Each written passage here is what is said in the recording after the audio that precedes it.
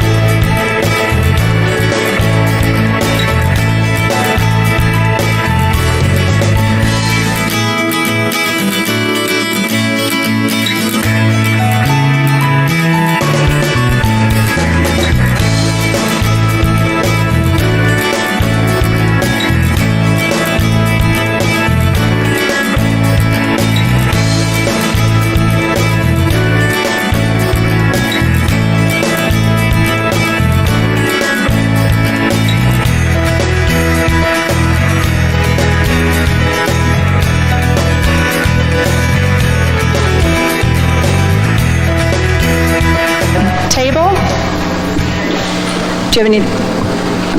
Okay, good. So we have here with us the chair of our select board, Nico Papakonstantais. We also have our town clerk, Andy Kohler, our vice chair, Molly Cohen, our clerk, Julie Gilman, our select board member, Nancy Belanger, and select board member, Daniel Chartrand. We've got our town manager, Russell Dean. We also have our assistant town manager, Melissa Roy, who's fanning herself gently in the audience. We have our finance director, Corey Stevens. And we have, very importantly, Mr. Paul Vlasich, who's our town engineer and the interim director of public works. And also up here, we have our attorney, Laura Spector-Morgan. Mr. Vlasich will be very helpful in explaining this warrant article, but he is not a resident of the town of Exeter, and therefore he's not a voter here. We have a couple of other folks who are not residents and not voters, and since only residents and voters can speak at this meeting, I'm going to ask permission for the people who are not town residents to be able to speak. So I'm going to list them off, and then we will have our first vote of the evening on whether or not we're willing to have these folks be able to speak. So the folks who are not town residents but may be very helpful in our discussion are Mr. Paul Vlasich, our town engineer and interim public works director, our assistant town manager, Melissa Roy, town council, Laura Spector-Morgan from the Mitchell Municipal Group, and a consultant, Kevin Garvey from Wright Pierce. Well, I will make a motion to allow these folks to be able to speak. All in favor, please say aye and raise your cards. Very good. Those opposed, say no and raise your cards. The ayes have it. Good job. First vote. All right. So what will be happening next after our deliberations tonight will be a voting day on August 15th. So August 15th, we'll be voting in the regular place at the Talbot Gym. The polls will be open all day, so you will have the full day to come in. Please tell people we want to have a good turnout. That's at 30 Linden Street. And we have just one article on our warrant for today. For those who have not been part of one of our town meetings previously, I'll just give a little bit of background on our town meeting process. So we are known as what's called an SB2, or official ballot town meeting, where we split our discussion and voting on the warrant articles to amend or change them into the session we're having tonight, the deliberative session, and then our voting is on a separate day. Let's see.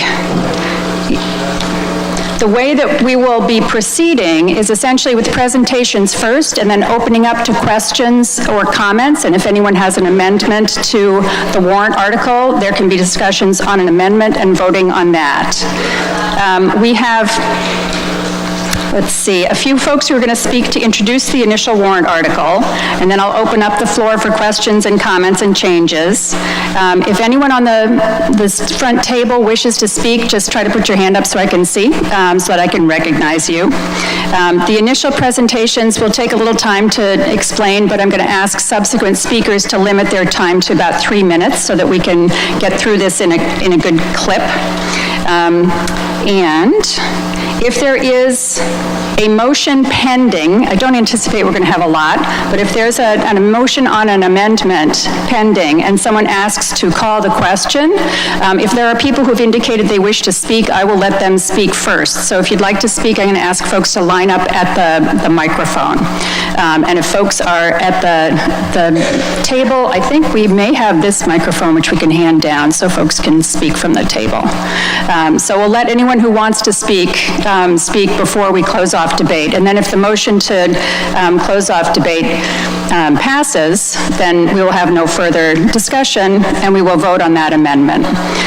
If the article is not changed, then it will appear on the ballot as it was presented. We don't actually vote on the article itself today. That's something that's done at the voting day in August. Let's see, anything else? Oh, when you come up, please state your name and give your address in town. We all know you're from Exeter, which is good, but your street address would be helpful. And the only way that we can have everyone here is if folks use the microphones. We are going to be televised this evening and recorded, so we want to make sure that all of the comments and questions that people have are picked up so that the viewers at home can hear the answers and the questions. So please use the microphones. And if you have an amendment to the warrant article, I'm going to ask that you put it in writing, you have paper, and bring it up to the clerk so that we make sure we have it exactly correct. Okay, I think that is it for introductions. I will read the warrant article, and then I will ask the town manager to give us an initial introduction, and then Mr. Vlasic will explain it from a technical perspective, and we'll have our finance director, Mr. Stevens, discuss the financial aspects. So Article 1.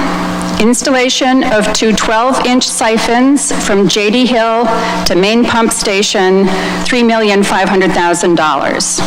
To see if the town will vote to raise and appropriate the sum of $3,500,000 for the purpose of installation of two 12-inch siphons from J.D. Hill to the main pump station, and to authorize the select board to enter into a loan agreement of up to $3,500,000 through the New Hampshire Department of Environmental Services Clean Water State Revolving Fund for this purpose. The loan will be repaid as follows. 10% forgiven by agreement with New Hampshire DES, and $3,150,000 in sewer fees over 10 years. The estimated tax impact is no tax impact, sewer funds, but plus 10% loan forgiveness. This article requires a 3/5 ballot vote for approval, and it's recommended by the Select Board 5-0. Mr. Town Manager?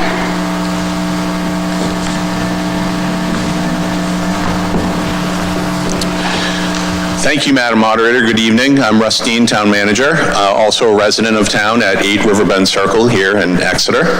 I will do a brief introduction to this article and then turn it over to Interim Public Works Director Vlasic, who will speak to the technical details. Once that portion is complete, we'll review the finances of the project with our Finance Director, and then Board Chair Papa Constantis will make comments on the project. This major capital project has been a few years in the making and has evolved from its original scope, hence the need to be here tonight to request additional funding. What began as a $1.6 million endeavor is now $7.7 million. The complexity of the project has taken on new meaning. The project involves the installation of two 12-inch siphon barrels from J.D. Hill to Swayze Parkway.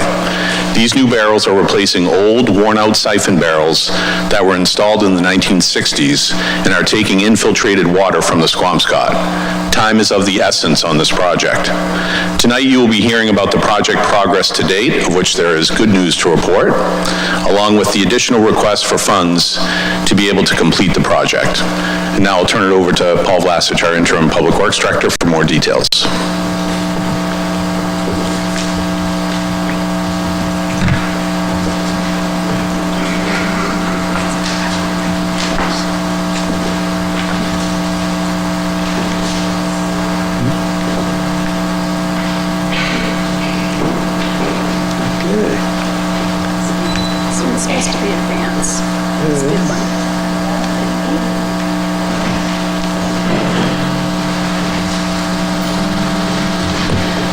IT is not my strong point here, so please forgive that.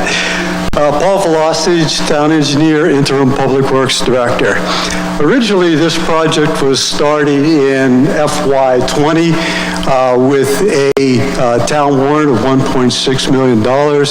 It was also an SRF loan. The purpose at that time was to add additional capacities to our siphons. We've got approximately 35% of the flow in town coming across the river from the J.D. Hill, the mill area, through the siphons, and it needed extra capacity. We were building out that end of town. We did buy some time when we had the J.D. Hill project about a decade before that removed some of that infiltration and inflow from the sewer. So part of that, designing an additional siphon barrel across the river was to go ahead and inspect the existing siphons. And when we did, we found holes in the siphons, and the town manager already talked about the infiltration that was coming in from that. We tried to figure out ways to fix that, but with the frailty of the pipe, we couldn't come up with a solution that would work, because if there was some catastrophe in that pipe, then we would not have a way to get across the river. So with that, we had to go back in and redesign the project. We needed an extra $1.2 million because we came up with the solution now that we weren't just adding extra capacity through our siphons, but we had to take care of the existing flows that are already going through that. So the design was actually multiple barrels at that time. It was 2 10-inch pipes and a 12-inch pipe. So with that, went out to bid. Construction started in December of 2022. And after many drilling attempts, we had to stop for a while. The reasons were, with many drilling attempts, is the first barrel that we tried to put across, we hit a ledge knob that we did not know that was there.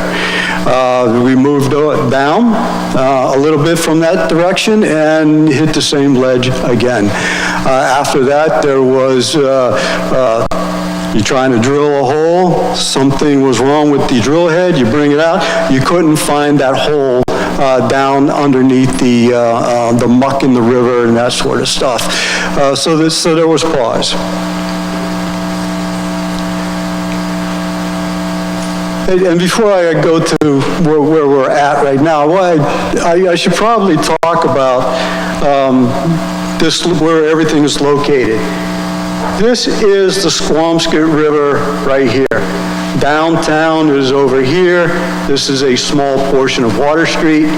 Swayze Parkway is right here. It goes out towards Newfields Road. Over on this side is the mill complex, and J.D. Hill Ave right here with Clemson Pond at the very top of the page. What happens is we have sewer flow from that end of town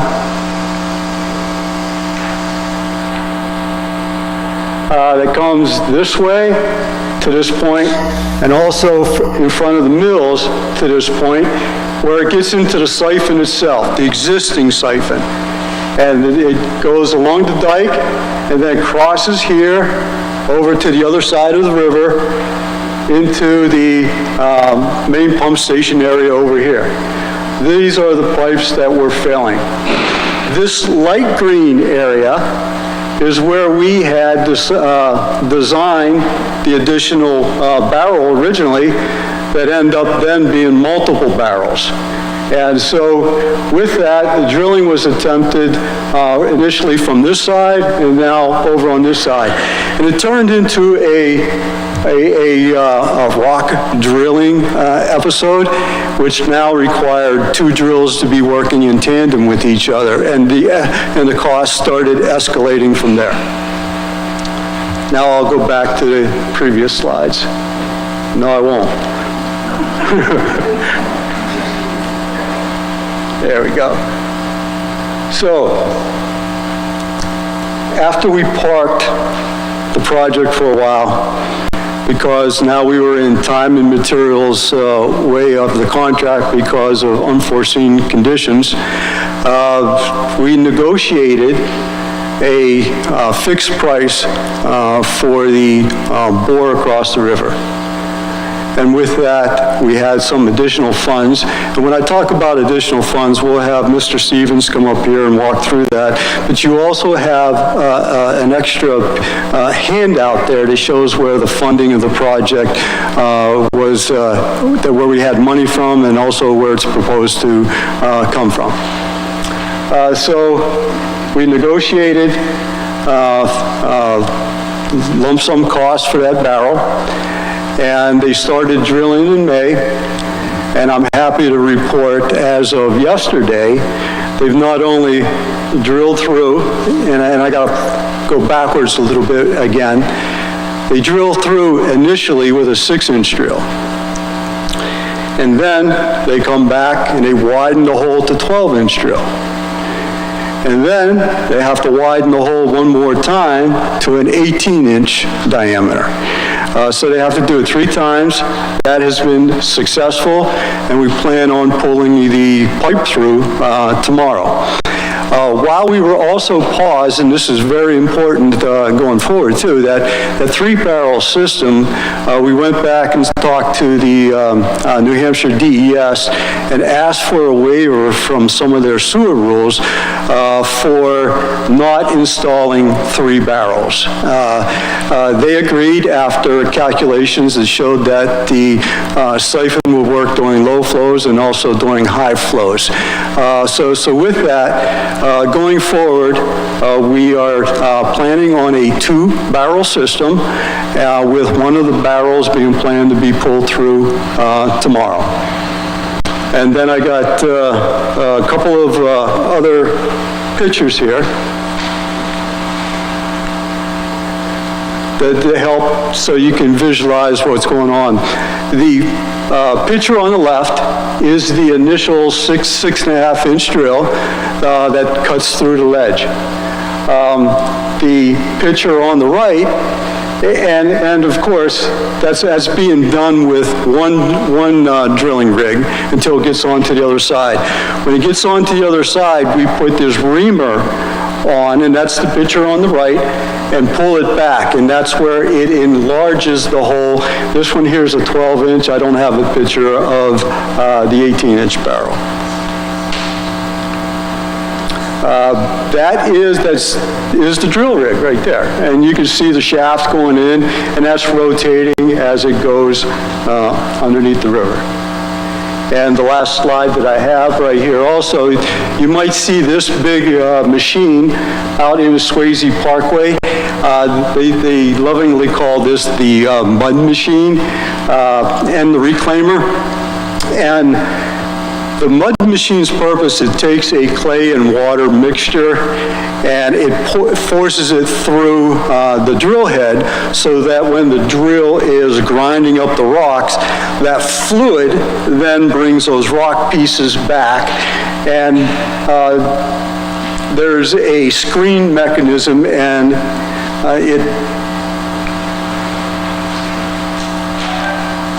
there we go.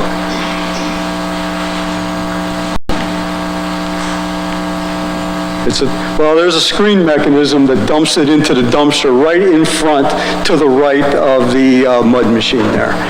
And that's what cleans the mud, and it's recycled back, and it also acts as a lubricant too as it's drilling the pipe.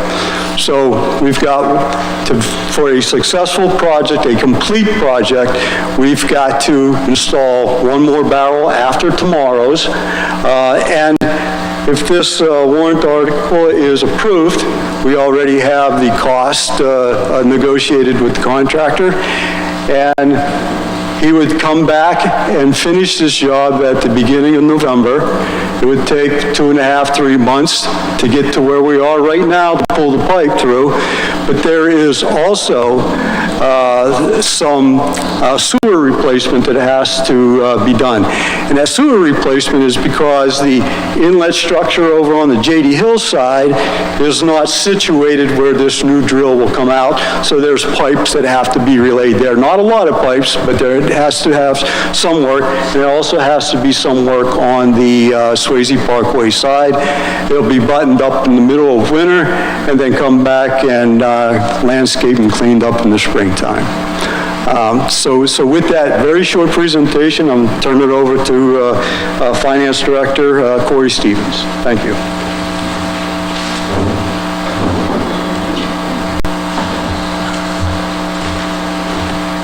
Good evening, everyone.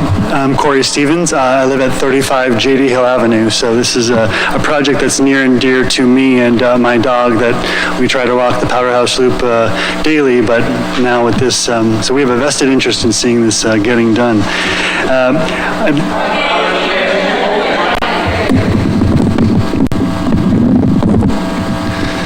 one of the downsides of being 6 foot too big here. Good evening, Corey Stevens, 35 J.D. Hill Avenue. I want to start with an administrative item. Within your packet is a New Hampshire of DRA Form 636. If you were to have looked at this form on the town's website, we originally had the money, the $3.5 million for this project on page 8, line 3379. The DRA asked us to move that to page 9, line 3934. Merely a administrative thing, presentational, same dollar amount. It's the DRA asked us to move it. So I wanted to let you know that the package you have in front of you has the numbers on the right line. But if you were to look at it on our website, it would be in a different location. So I wanted to take you through the numbers. The second handout you have is a one-pager, but it has writing on both sides.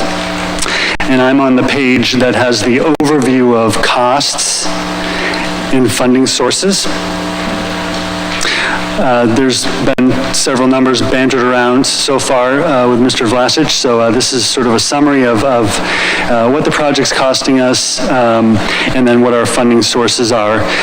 So as Paul alluded to, the original project cost was $2.8 million. And with the difficulty that they've run into with the first barrel, the lump sum $2.6 million was added for a total cost of the first barrel of $5.4 million. If we want the project to go forward and be able to do the second barrel, it's going to cost us another $2.3 million, which in part is why we're here this evening, for a total project cost of $7.7 million. I think the town manager alluded originally to the multiple funding sources that this project has. We were fortunate enough to, through Congressmember Pappas's office, to get a CDS grant, the Congressional Direct Spending Grant of $600,000. The state has given us some of their ARPA funds, American Rescue Plan, of $180,000. The town received local ARPA as well, and a portion of that has been allocated by the select board to this project in the amount of $670,000. We are using sewer reserves, which is sort of the accumulation over time of a savings account from our sewer fund activity. We're going to use $1.15 million of sewer fund reserves. And if approved through this warrant article, we would look to the DES for additional SRF borrowing of $3.5 million for the total of $7.7 million. A lot to digest there, but that's what it looks like. And so if you flip that page over on the back side, I thought it important to outline what the loan details look like. We're not going after a new loan with the $3.5 million. The DES is allowing us to amend our existing $1.6 million loan, and that allows us to tap into the terms that we came to with DRS previously, which is, all of you know what the market's been doing. Those terms a year ago could be much more favorable than the terms in today's market. So we've got our original $1.6 million, adding the $3.5 million if it's approved, brings the total borrowing to $5.1 million. We would amortize that over 10 years at a 2% annual interest rate. We have 10% forgiveness eligibility, so $510,000 comes off the top of that $5.1 million, and our average annual payment is around $509,000. And as I said, it's an amendment to the original financing agreement and not a new loan per se. That's a rundown, and if anybody has questions, I'm happy to come back up and answer those. Thanks.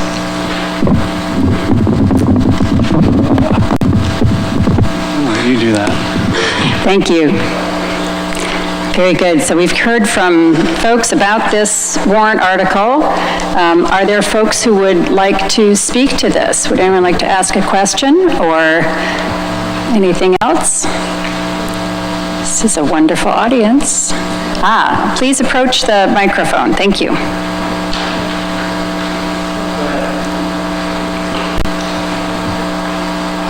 And if you... Good evening. My name is Annie Smith. I'm on 31 Chestnut Street. The mic isn't on. well, there we go. That's all good? Okay, great. I guess I'm confused because it appears to me that at this point we're back to where we began. And I just was curious as to why a plan for a third pipe was done without the apparent thorough review of the two that exist now. Because in effect, what we've done is we've drilled and spent 4.6 million or something on a third pipe that doesn't work. And now we're back to the two pipes and we're simply expanding them. And it feels like, to be perfectly honest, a bit of a waste of our taxpayer money. Thank you. Is there anyone who would like to respond to that? Mr. Vlasic?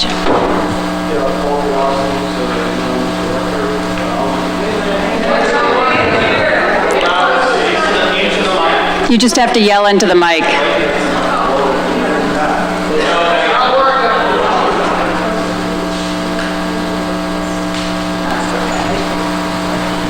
Hello? Yeah, very good.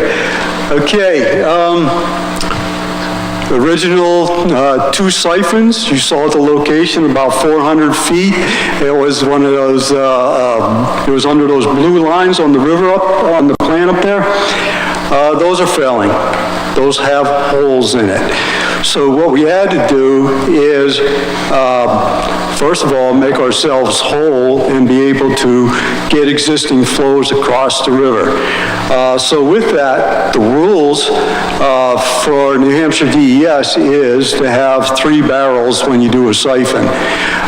We followed those rules. We had the approval of New Hampshire DES for that.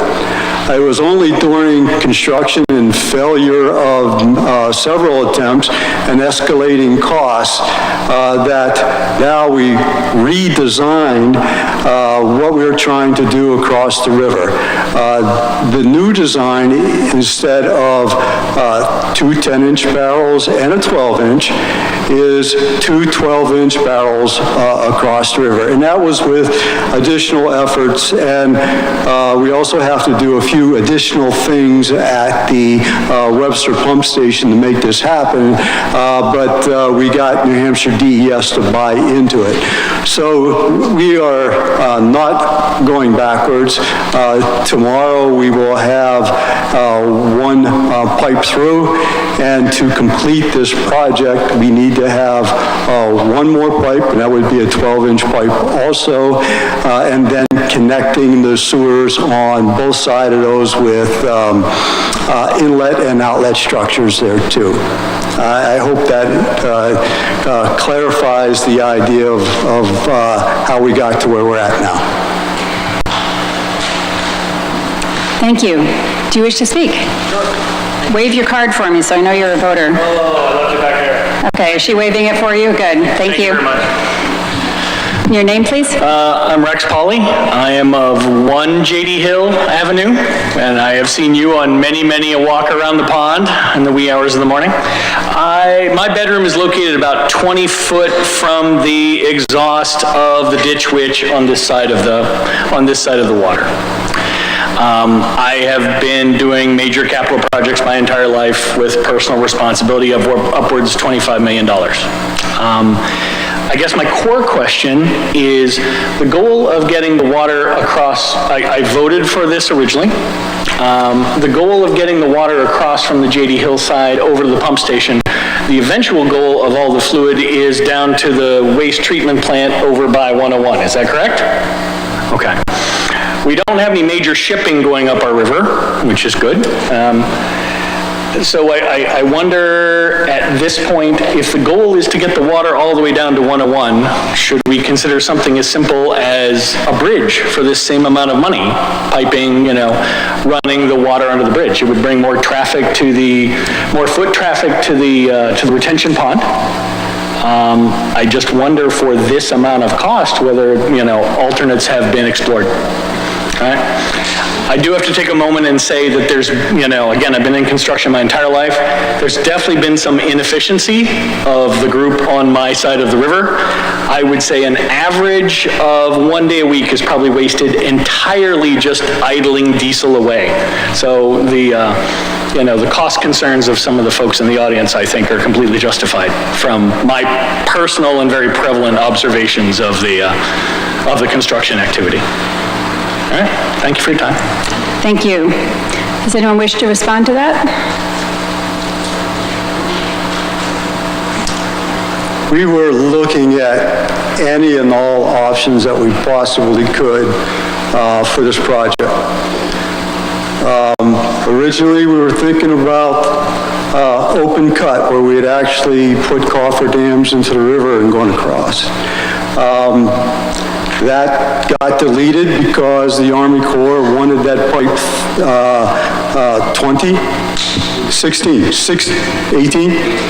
18 feet below the bottom of the river, which would have made that prohibitive, plus who knows what's in all of those sediments at the bottom of the river. We looked at possibly putting a pump station right there and pumping it around, maybe using string bridge to get around. That escalated the cost beyond this project.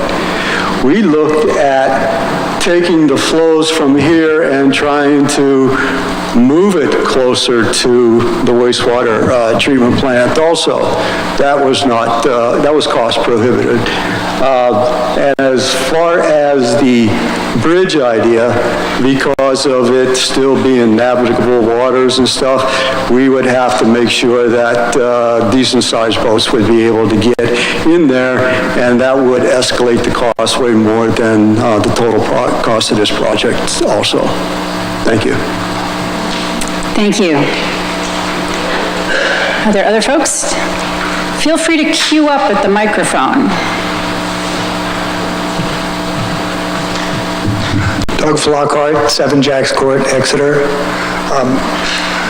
This is the Granite State. I have a question as to why borings were not taken in the proposed location of the drilling so that we would know in advance that there was ledge there.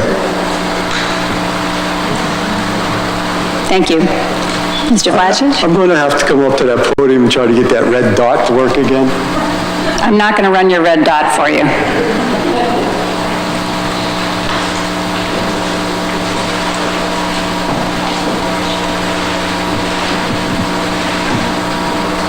There we go.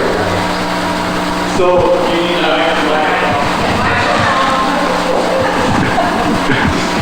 the red dot doesn't stay up there very long either.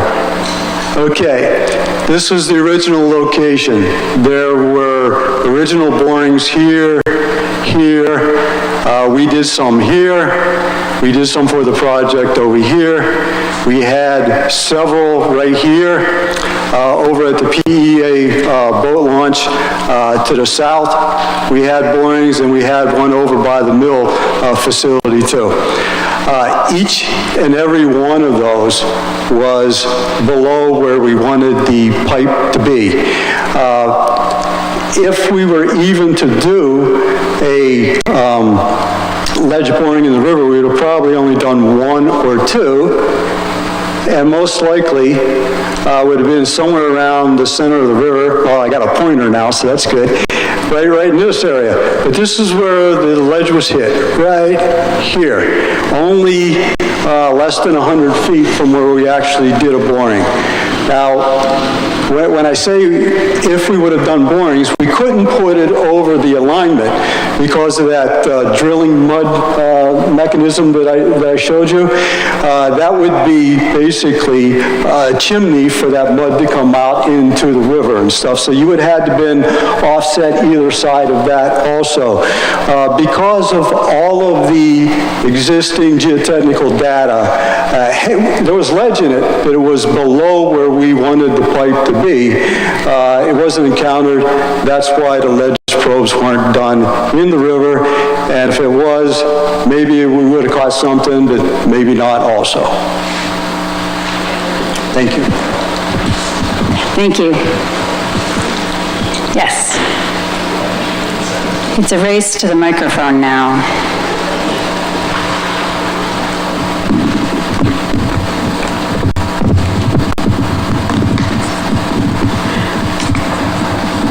Eileen Flockhart, 7 Jacks Court. I'm realizing at this point that maybe we're all between a rock and a hard place, no pun intended, or maybe the pun is intended.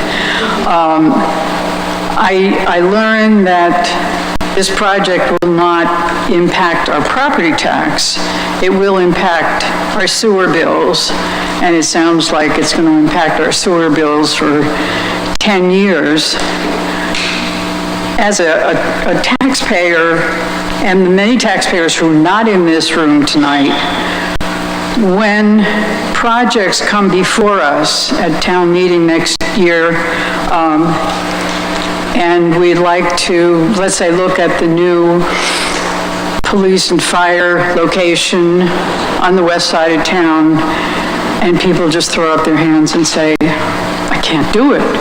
This project is going to kill us, and you know, that's one project that might go down the tubes, and maybe there are others that we really want to see go forward. What do we do to explain to the voting citizens of this town exactly the impact that this will have, and how do we reassure them that it's not going to bankrupt them when they go to pay their sewer bills and their taxes? I'm just concerned for how it skews the future. Is there someone who can respond to that sort of impact on the taxpayer on the sewer bill? Thank you. So, Rustine, Town Manager, so just to be clear, this project impacts the sewer rate. It does not impact the tax rate. So that's the first thing to understand, is that the cost of it would be added onto the sewer bill. The second piece of that is that because of the debt service schedule that we maintain for the sewer fund, we believe, after conversing on this many different times, that the actual sewer rate impact on this will be fairly marginal. So it shouldn't be, because it is spread out over 10 years, and the cost is what it is, we think it'll be a fairly marginal impact on the rate.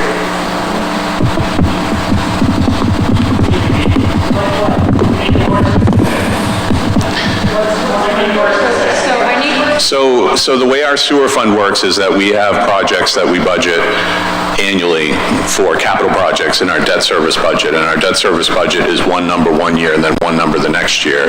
We did a projection today that gave us, I think it was $240,000 worth of an increase in our debt service budget. And again, I think our opinion is that we can work with the sewer fund to absorb a lot of the cost of this into the basic operation, maintenance, and debt service that we pay out of the sewer fund. So the cost is not going to be significant. So just as a point of clarification, do we have some sewer fund reserves that are being used for this?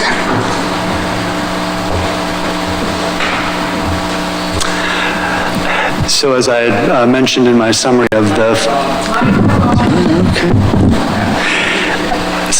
as I had mentioned in my summary of costs and funding sources, we are using about $1.1 million of our sewer reserves towards this project. I think one thing I would add to Mr. Dean's comment is the reason I think he's saying that the impact is marginal is that every year a certain amount of debt service rolls off of our debt rolls and some comes on, and that ebbs and flows throughout, over time.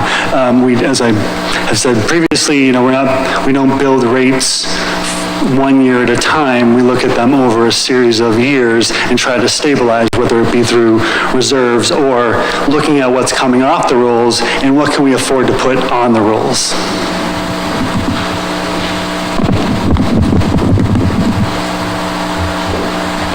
Thank you.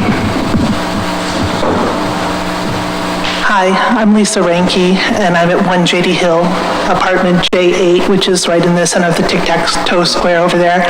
And my question is, if we're going to be doing another whole pipeline equivalent to what's just been done, are there any precautions, or what are we doing different this time so that we don't hit a ledge again, break another drill bit, be in the $10 million mark, and also affect my life for the next 6 months instead of maybe 3 this winter? Thank you. Mr. Vlasich, thank you. So after several attempts and finally making it through the other day, the contractor has, I guess, more data than he's ever had on how to operate his drilling operation. There was a few setbacks this time, but it was only minor mechanical maintenance type issues, but it was pretty seamless this time around. What we have going forward, again, is the lump sum item for that particular barrel. It gets paid when successful. And I know that does not speak to your timeline that you were talking about. However, the drilling subcontractor now has more data, has successful drills under the belt in this location. Thank you. Yes. Yeah, Jeff Bouvier, One Hillside Ave. First and foremost, 2.8 to 7.7 million, 2.75% increase in 4 years. That's a lot. I mean, a lot. And that's not just inflation. That's a lot. I want to know who was initially responsible for the 2.8 million figure that is now 7.7 million. And the line that's right there, the new line from the old line, boy, that's a lot different. Anybody who goes up the river knows that. At low tide, there's a lot more ledge. The rock's there. You see it. You don't see it downriver, you see it upriver. Who was responsible for the first estimate? And why are we, the taxpayers, now responsible for picking up the difference? No, it's sewer. But I've been in this town for 25 years. How many times has the sewer rate gone up for something? Quite a few times. How many times have we had to upgrade our sewer treatment plant to take care of nitrogen or whatever it is? It's 2 major increases that I know of since I've lived in this town that we voted on. And why are we now responsible for that? Dan Chartrand, I live at 63 JD Hill Ave, and I serve on your select board. I think there's some history that's necessary here. Throughout the 60s, 70s, 80s, and 90s, this town did not address on a regular basis updating its water and sewer system. So a lot of what's happened in the last 20 years is catch-up. And so that is the answer to your question, I think. That's the main answer to your question. 90s is 35 years ago, okay? But for 40... No, we have spent a lot of money since then trying to update things, and we keep being told, oh, we need this to update this. Excuse me, I'm going to cut you off here. This isn't a dialogue, so you ask a question, you get a response. All the communication should serve to be to me, okay? So if you want to speak again, I'll ask you to get back in line. Is that okay? You know what? That's just fine. I've said what I had to say. Thank you. So just to finish what I was going to say, and then it looks like Mr. Vlasic wants to speak. There's been a lot in the last 20 years. The biggest increase to water and sewer rates came from the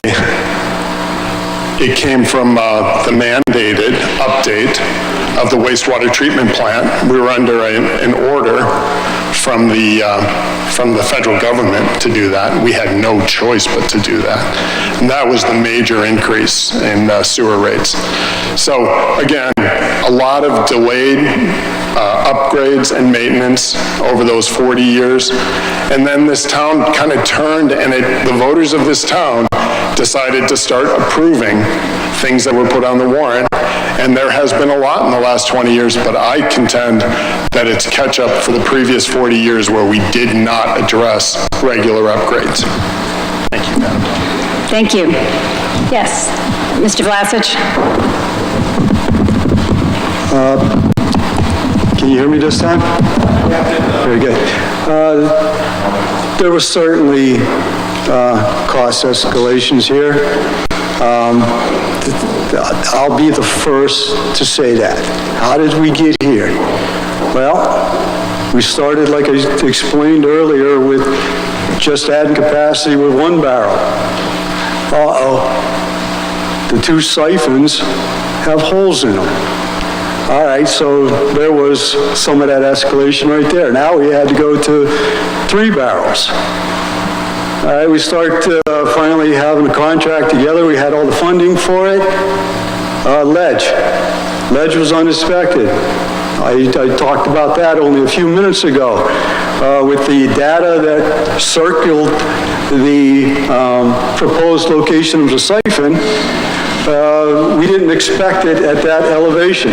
However, we got it. And now the way the contracts go, and we've got a contractor there tapping his foot, what do you want to do? We might be able to get through here. We think it's going to be XYZ for money, but no, it didn't work. Try again. Didn't work, try again. Okay, now we see that we are really spending some money here without very much results. We halted the project. We tried to get even some more investigations on ledge that did not work out during our time down. So with the failures, you had a contractor that wanted paid. The town was not paying him to date because now he was on time and materials.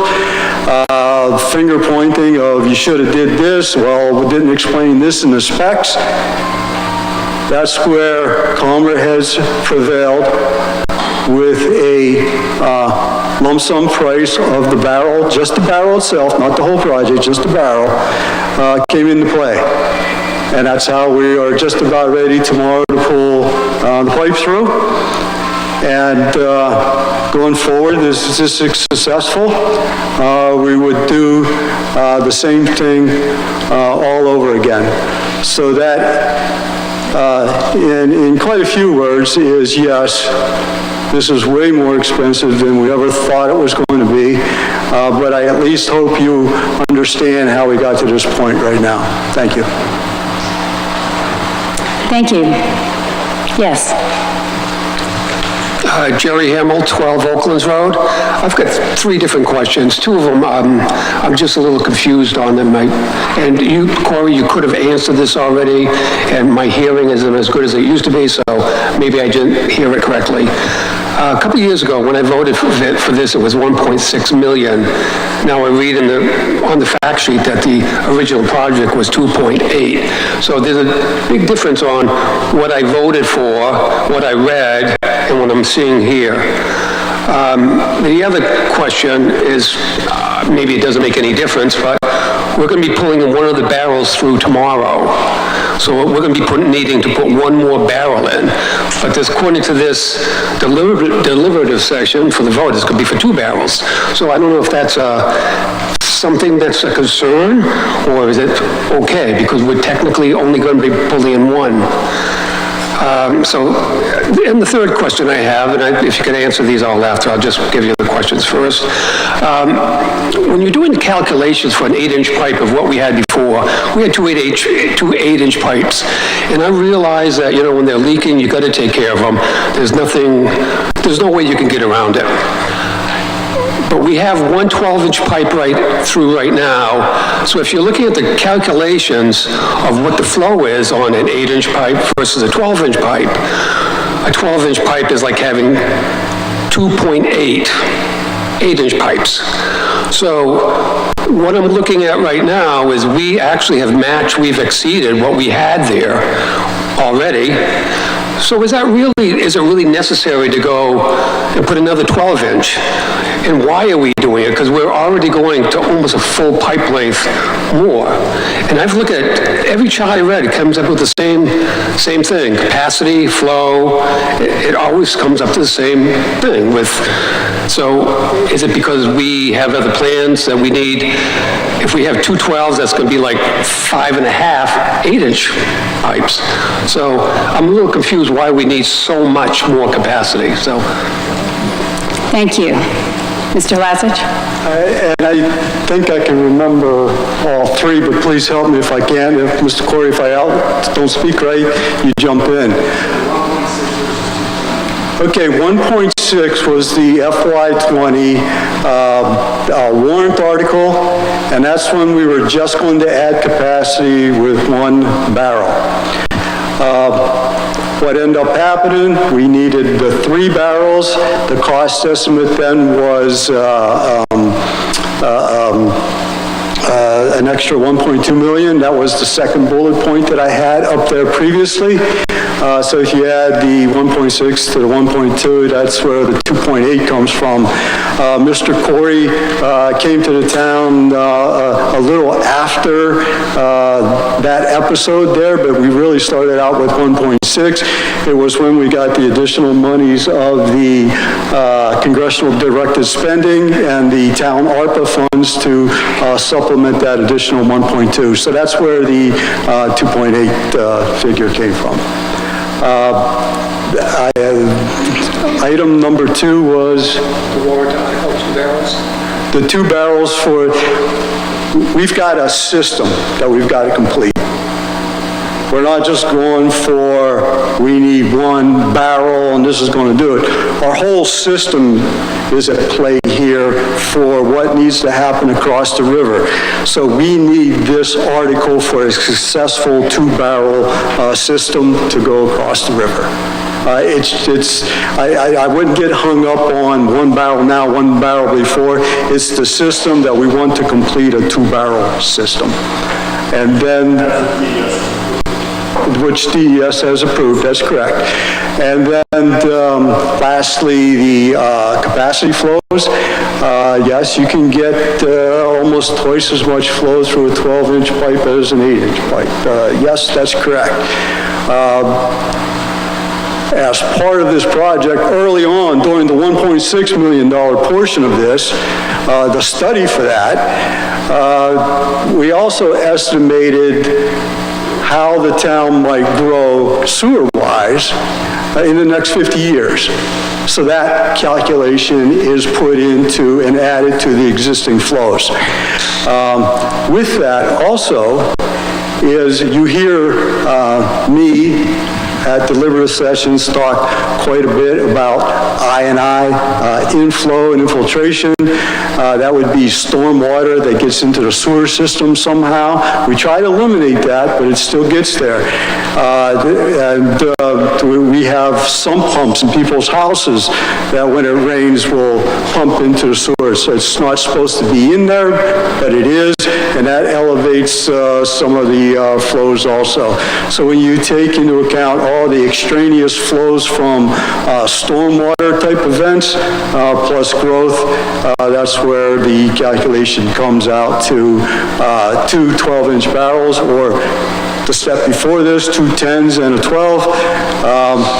And also Certainly, New Hampshire DES is allowing us to do 2 barrels with this one. They're allowed us to take that waiver request of their regulations, but they would not allow us just to have 1 barrel.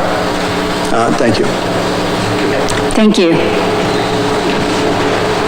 Yes. Hello, my name is Colton Dessel. I live at 1 Linden Fields in Exeter. I'm here as a part of the younger generation of voters, and as I see, this is a young crowd over here. So I, as a person who looks towards the future and sometimes how bleak or bright it looks, with bills of any size or stature that are being passed, I want to know what you guys have done to look at the outcome of this. If there's any charts that have been put into place or trial runs that have been looked at, because, even if how much money has been put in and the contracting work and all this stuff you guys have put into place to push this, I want to know, how much you guys think is going to be successful, because I'm going to be here long term. I've already been here long term, and I don't want to continually have a problem with these pipes. As someone who loves this town and loves this state, I don't want to have this meeting 2 years down the road, 3 years down the road. I want this to be a permanent fix. So, yeah. Thank you very much. You're allowed to applaud. Yes, that's lovely. Thank you. Excellent. Okay, would you like to speak? Feel free to wrestle the mic out of that holder if you need it. Sally Ward, 72 Park Street. I have 3 questions. The first is, this is really a communication issue, which I want to know if you can be more specific about what is meant by a marginal increase in the rate. And it would be helpful, I think, to the voters to know if I'm paying X amount now, how much more will I be paying? Because the term marginal is really subjective. And so while I'm supportive of this project and we've already invested in it, it seems like it's something that needs to happen, it would be good to know in terms of planning, what does that marginal increase mean? So that's point number 1, or question number 1. Question number 2 is, if I understand correctly, this has no impact on the tax rate, which again, as a communication issue, I think needs to be emphasized, but it does affect those of us who use the sewer system, sewer and water system. And I want to make sure that that I understand that correctly, that the only people who are going to be paying this marginal increase are those who are currently connected to the sewer system. And the third is, it would be good to know, I understand that circumstances are unforeseen, but it would be good to know relative to our previous speaker's question, it would be good to know that this is it. If we approve this $3.5 million, that we're not going to come back in another 6 months and say, oops, we need another $1 million. So I know that you can't specifically and definitely answer that question, but again, as a communication thing, it would be good to know that this is it. If we do this, we're done. Thank you. Is there someone who can respond to that?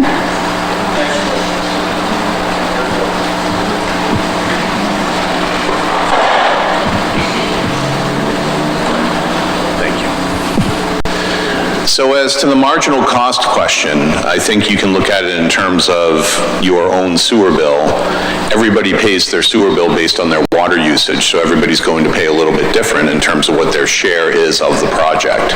So if you can consider a rate increase of 5% on your bill for sewer, that's what you can do the math and do that calculation and figure out what you're going to pay. So that's what I would say to that question.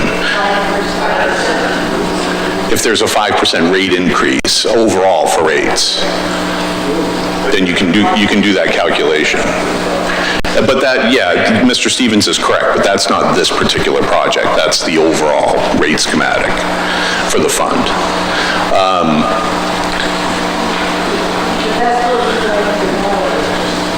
Yeah, could I get a repeat on the other question? So the second question was just, I think, a comment that we need to let people know that the impact is on the sewer rates rather than on the tax rates. Sort of make clear to the voters that reality. And then the third one is, are we done yet? So we have a fixed price contract for this particular project, so we are confident that we will be done at 7.7 million.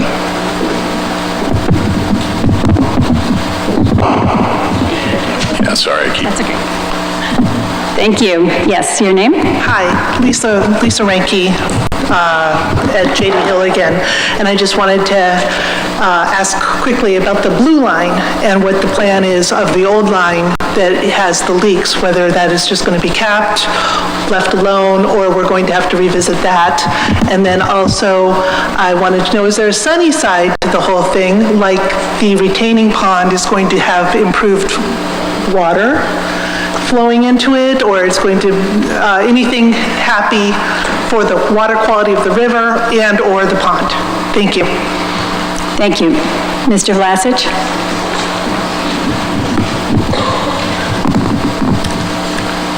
So there is 2 blue lines and 2 green lines all in that same location there.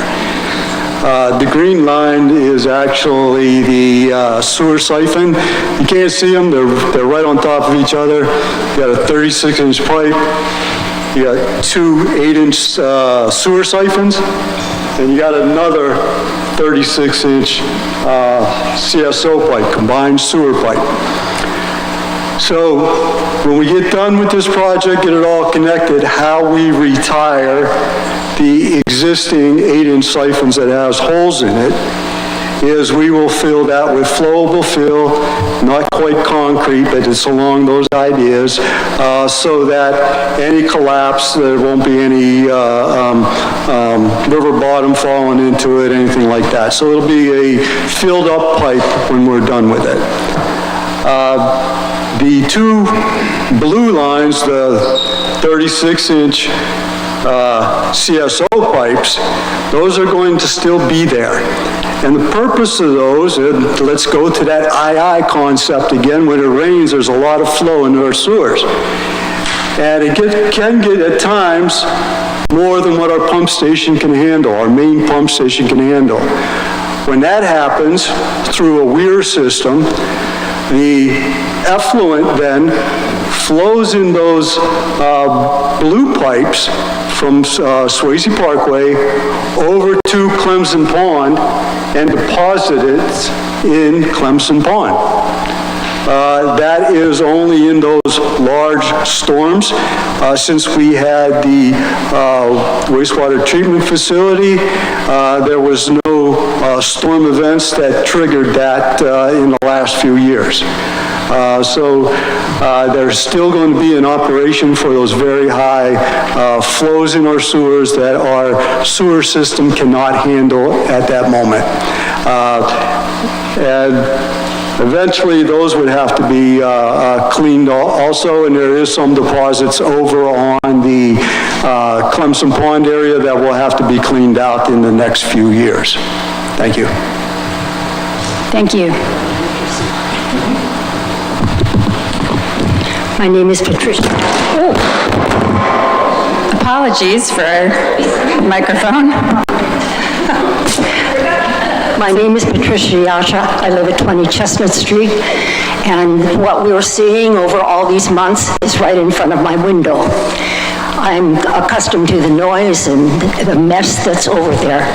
But my question is, are the people, the contractors, and the others who are working on that site being reevaluated?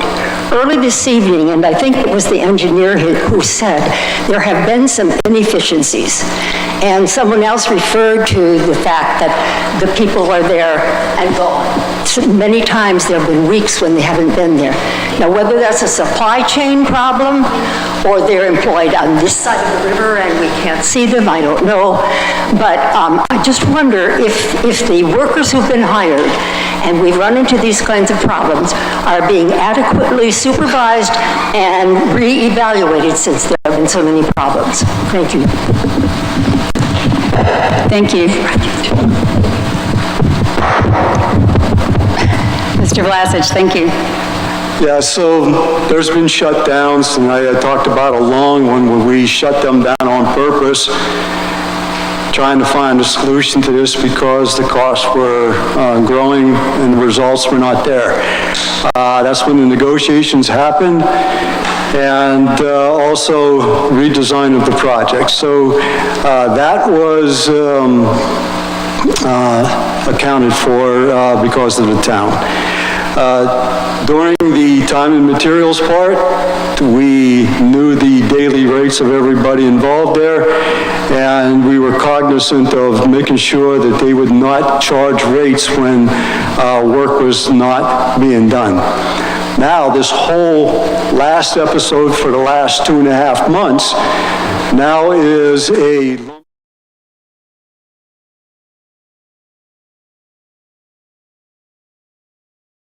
their pocket of non-production. So that is and we're still keeping track of them every day. We got an inspector on the project. That alone now makes sure that there is no wasted downtime because it's less profit for the contractor. Thank you. Mr. Chartrand?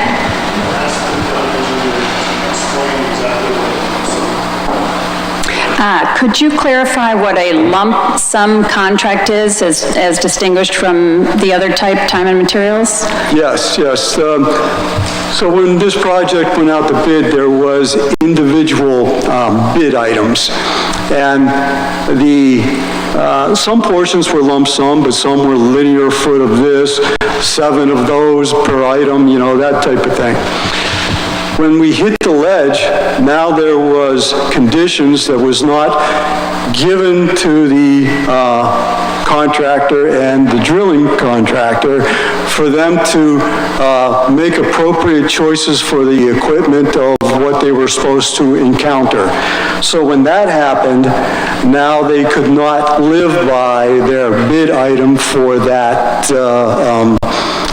barrel across the river because it wasn't as described in the specifications and the geotechnical data. So that time and materials then allowed the contractor at his rates every time he's doing something or at the job to be paid for at his rates of the people that are there.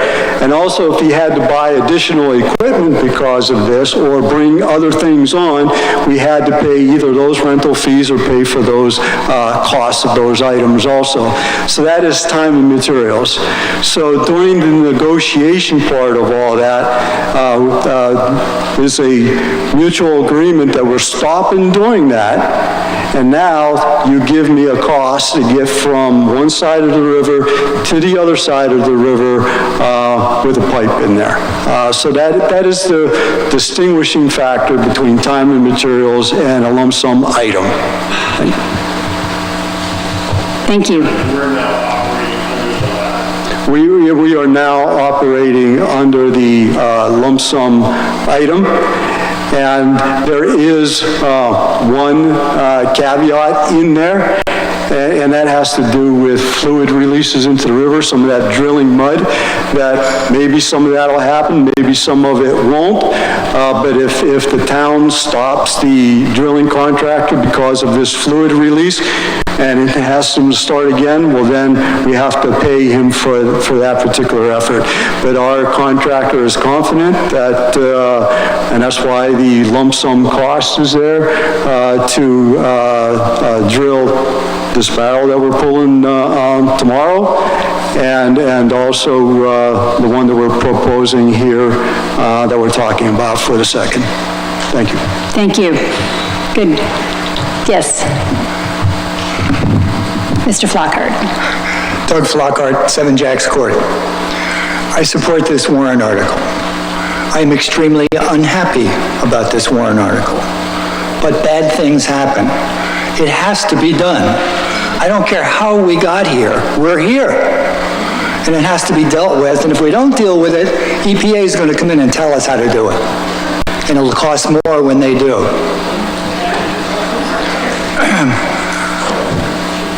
My sewage is on the other side of the river. There's a point coming, yeah. I'm the guy that lives on the other side of the railroad tracks. Remember that from the last deliberative session? I do care about you folks on JD Hill. I do understand that we have to take care of your sewage just like you take care of mine already. We're all one town, we all have to work together, and we have to face reality. And I don't care if it comes out of the tax base or if it comes out of my sewer bill, it's just taking it out of one pocket instead of the other, because I'm on town sewer. But it has to be done. We have to face reality. Bad things happen, they make us angry, they make us frustrated, they want to blame people. But bad things happen and they have to be addressed. Please support this warrant article. Thank you.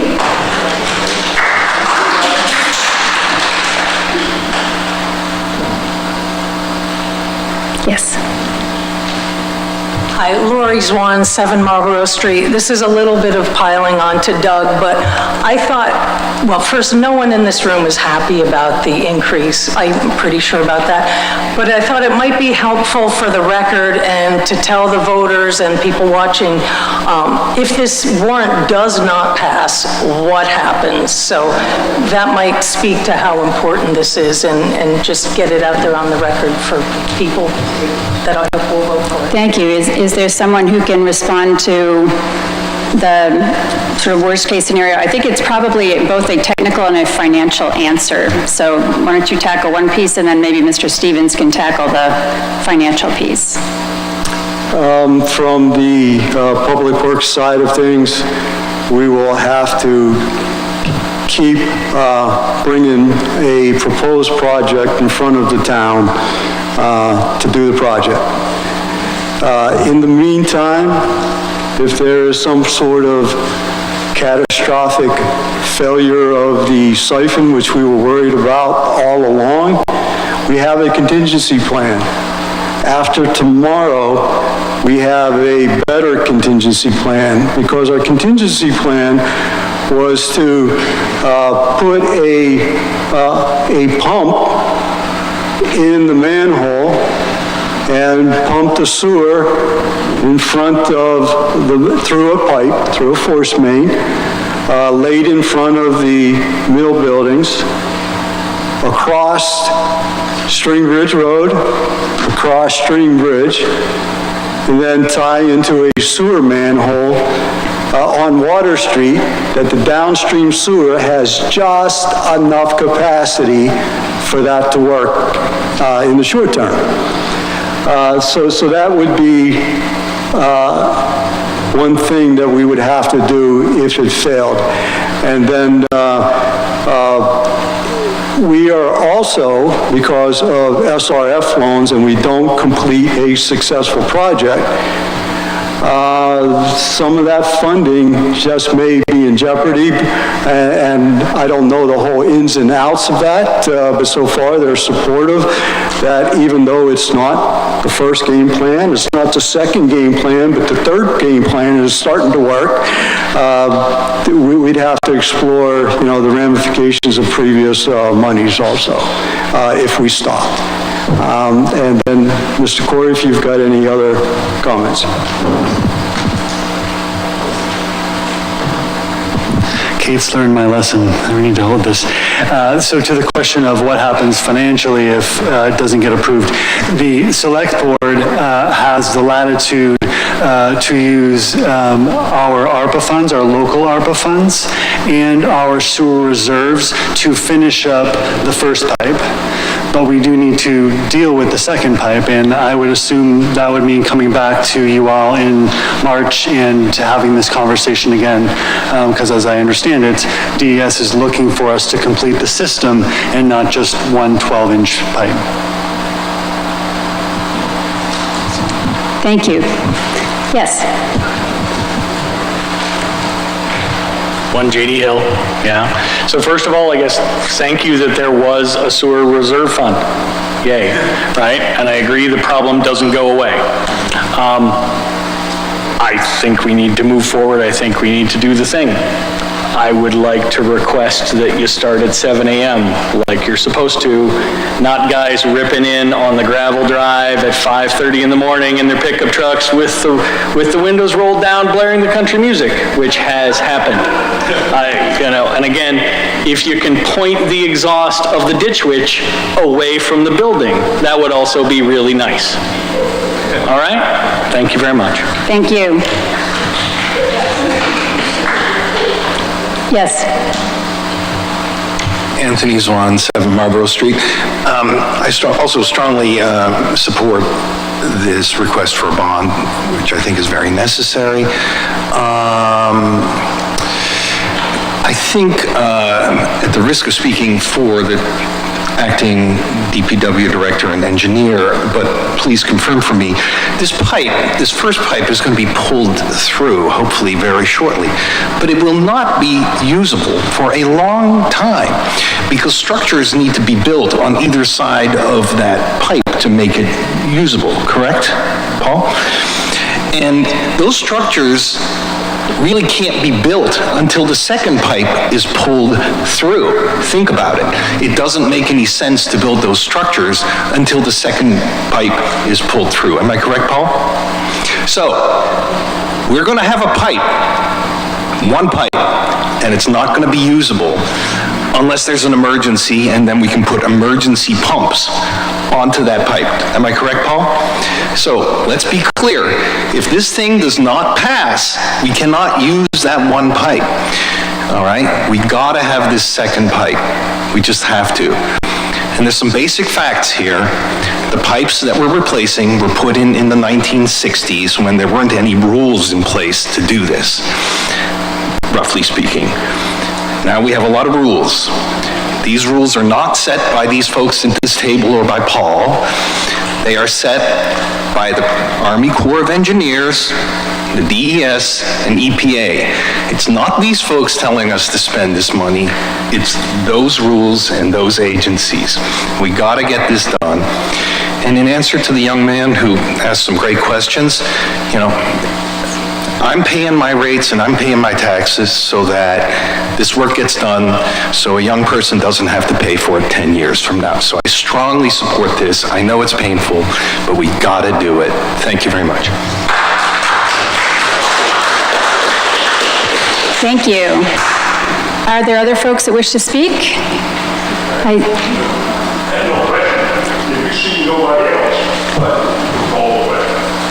Well, we don't need to call a question because there's nothing to vote on at this point. We're just having a discussion. I don't want to cut off debate until everyone's done talking, but at some point we can decide we're done. So yes, there's one more gentleman. Thank you. Yes, John Moreau, 37 Beach Hill Road. My only question is, I'm being self-seeking, I guess, in one aspect as far as myself and my neighbors. We're on private water and sewer, and does this have any tax-based implements as far as we go for bonds or anything like that for the tax? As far as we're concerned, is this 100% paid by the town water and sewer bill? That's correct. Okay, that's all I want to know. Thank you. Don't change houses. Don't what? Like I said, I have no skin in the game. I just want to make sure, like I said, I just wanted to clarify that. Thank you. Does anyone else wish to speak? Yes.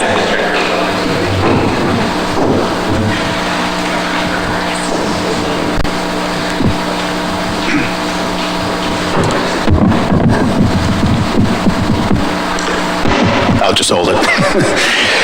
Good evening. My name is Nico Papakostendis, and I'm the chair of the Select Board. And first of all, I want to thank you all for coming out tonight. All of your questions and comments were extremely good and valid, and I'm glad we were able to answer questions, hopefully to your satisfaction, and I'm glad that it finally cooled down in here. For those of you who tune into Select Board meetings, you know that this has been an agenda item since the beginning of January, and we have been updating folks every meeting. We've had Mr. Velasic, we've had the engineer, the contractor, we've had the board, town manager. We have all learned more about siphons than we ever thought we'd know. and that's good, because we talk about it, we vote for it, we pay for it. It's nice to understand how they work. Yes, this project started 3 or 4 years ago, and it was 1.6 million. The pipes are old. We talked about how old they are, and we discovered many complexities and many complications. The select board met regularly with Mr. Vlasic and the contractor. We went through and we exercised every avenue to look at whether somebody was responsible or not. We looked at whether there was any insurance to pay for this. We looked at the subcontractor. We looked at every possible way we could look to see if somebody was responsible, and nobody was responsible. It just happened. And then there was a domino effect. And the best way I can put it is as simple as I can put it. Everything that could go wrong went wrong, and it wasn't anybody's fault, okay? But we all pay taxes, and we all pay the sewer bill. We do too. And back in March, when Mr. Vlasic and his team were working extremely hard to come up with a solution, we put together a video that went out on social media, and we wrote an op-ed piece in the newspaper. And one of the things I said was, on behalf of the board, that despite the complexities, this project is not unattainable. And we were confident, and we supported our internal team, and they came through. They negotiated the lump sum agreement, and to be clear, and I'm glad Selectman Chartrand clarified that, the lump sum agreement is the contractor doesn't get paid until this is complete, except for the caveat that Mr. Vlasic gave. This board, with the support of our staff, through the last couple years, have exhausted every single resource we could before we came to you, the legislative body. We submitted grants and we received grants from our congressman. We received congressional money. We received state money. We used our state ARPA funds. We used all of our resources that we had available to get that first pipe done, that first barrel done. I don't remember the last time we had a special town meeting. This is unusual, and it's a last resort. But we are confident because when this legislative body is asked to come through for the town, particularly on infrastructure, you always do. This is a big request. This is a lot of money. But if this doesn't pass, we still have to do the project. We still have to find the money, and you read the paper. Okay, inflation is not going anywhere. The longer we wait, the more this is going to cost. And by the way, if there's any sewerage release, it's going to cost even more because the state's going to come in and we're going to be hit with fines. It's a lot of money. It's a big request. But on behalf of the board, I'm asking you tonight to please support this so that we can complete this project and not spend any more money. And I want to close with, this isn't just for J.D. Hill, this is over 30% of the town's sewer flow. So I want to make that clear as well. And again, I want to thank you for your patience tonight. Thank you for sitting through the heat. And again, we appreciate you coming out. Thank you.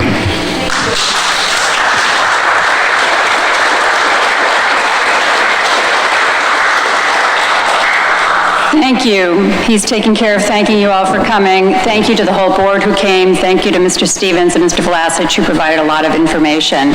So I appreciate everyone turning out. Please, on your way out the door, give your nice voter cards, which you've been all using as little fans, to the people at the supervisors of the checklist table. Yes, this will go on the ballot as presented without being amended. That's important to note. And I do need a motion to dissolve the meeting and a second. Oh, I see a motion there. Reverend Heath, and a second from there, Doug Flockhart. Thank you. All in favor, say aye and wave your cards. Aye. Those opposed, say nay and wave your card. The ayes have it. Thank you so much.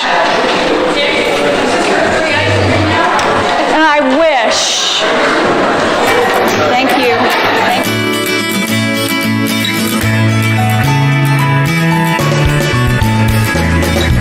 Thank you for tuning in to Exeter TV.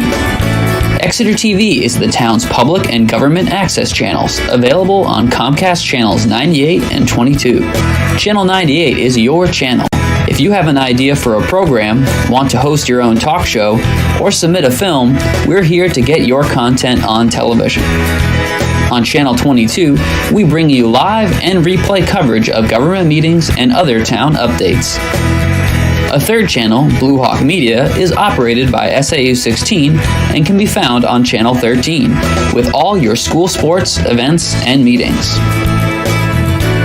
You can watch Exeter TV online at exeternh.tv, Apple TV, and on Roku. Find us on social media for extra content. Subscribe to our YouTube channel and hit the bell to get notified about live streams and new content. Tune in to our platforms every other Friday to watch the Exeter Bi-Weekly Report, with recaps of recent events, updates from town departments, and messages from nonprofits in your area. If you head to our website, exeternh.tv, we invite you to sign up to our newsletter to receive monthly updates about new content, upcoming meetings, and more. We'd like to thank you for taking the time to watch Exeter TV and hope that you tune in to our other content as well.